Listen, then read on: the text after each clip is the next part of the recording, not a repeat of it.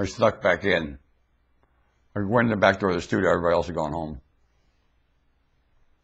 Everyone's broadcasting Norwood Sock Spalding. This is Skeleton Nation radio broadcasting on YouTube.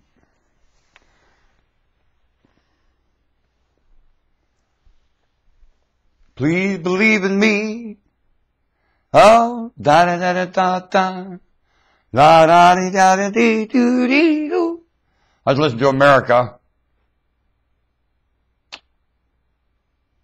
Tin Man. You don't believe in anything. Don't? No, don't. Don't believe. What does believe do to curiosity? And what you do is I could say believe and trust generous. Trust generous, folks. It'll do it. And I'll tell you, so many people kill themselves, well, they wouldn't know what to do.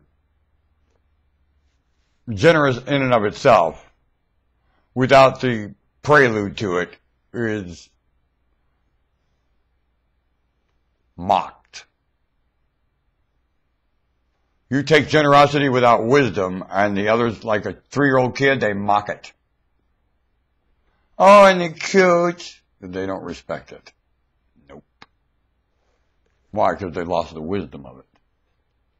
It's not cute. It's essential. Nothing cute about it. Where to those around it, it's cute. Nope. It ain't.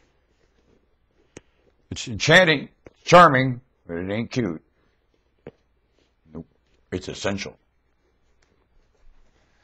So, generosity, that's what happens. The child, after 3, begins to develop wisdom of generosity, and pretty soon it doesn't give any at all, doesn't even know the word, and doesn't think in it. And think it's a sucker's ploy. So, and yet comes stuffed full with the contribution and script of it, and bank of it, and understanding of it, and everything. Loses it with the stingy all around it. And we're 18, well, quicker than that. You know, why does the child lie? Because you're stingy. And you lie to the child. You say no when you could say yes. That's why the child lies. It sees you doing it. Why does the child lie? It mimics what it watches. That's why. It sees you saying no when you could say yes and you're too dumb to know better. That's why the child lies. The old mamas don't know that. They go to a psychologist for the explanation instead of their own recall of living. When the old mamas sit down and describe what life they've seen live, they'll never talk to a psychologist again until they get one that's smart as they are, and there are some. Only the average psychologist, and this is what psychology says, not so. The average psychologist use what psychology says to help you. They pander that to get out of school. Then they help you understanding psychology. That's a functioning psychologist. It had nothing to do with school. They learned a lot more than that. That's full of honey, and they pander that misunderstanding to get their grades so they get a certificate and go earn their money. Right? How many industries are doing that?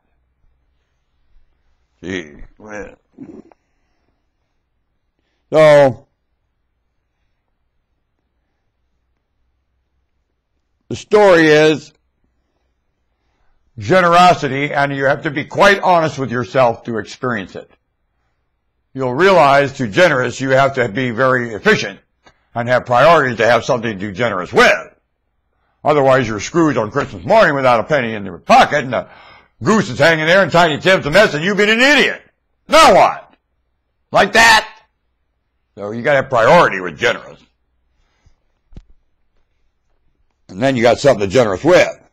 Otherwise, it's a nightmare. And humans look at you as a fool some more for being stingy. Like it? That's why a lot of them I don't want them to know I'm being stingy. Well, they know. They know. Not that they know more than you about you. They just know more because you won't talk to you about you. So now they know more than you. The guy who talks to himself about you they don't usually know more than that. Not always. depending on who you talk to about you outside of yourself, so you can come back and talk to you again. Talk outside, you go back and talk to you again. Outside, you go back and talk to you again. Outside, you go back and talk to you again. You keep talking to you, and pretty soon you match what's outside. Then you talk to you, and you get even a little more finite than that they don't get to overhear that conversation. You can do it in front of the camera in the corner of the room. Big brother over here, and I think it's usable. There's people that talk to themselves and mature. That's the kind of stuff Big Brother needs to see. And somehow sit back and get that reaction going in everybody. Because life is lived in the reaction. So Big Brother's got to set up the arena so it reacts lovely. And that's not a pain. I mean, pain is failing that. Pain's not causing us to react lovely here. I told the Lord, you're an idiot. Pain ain't working. Not the way they're using it. Not working at all.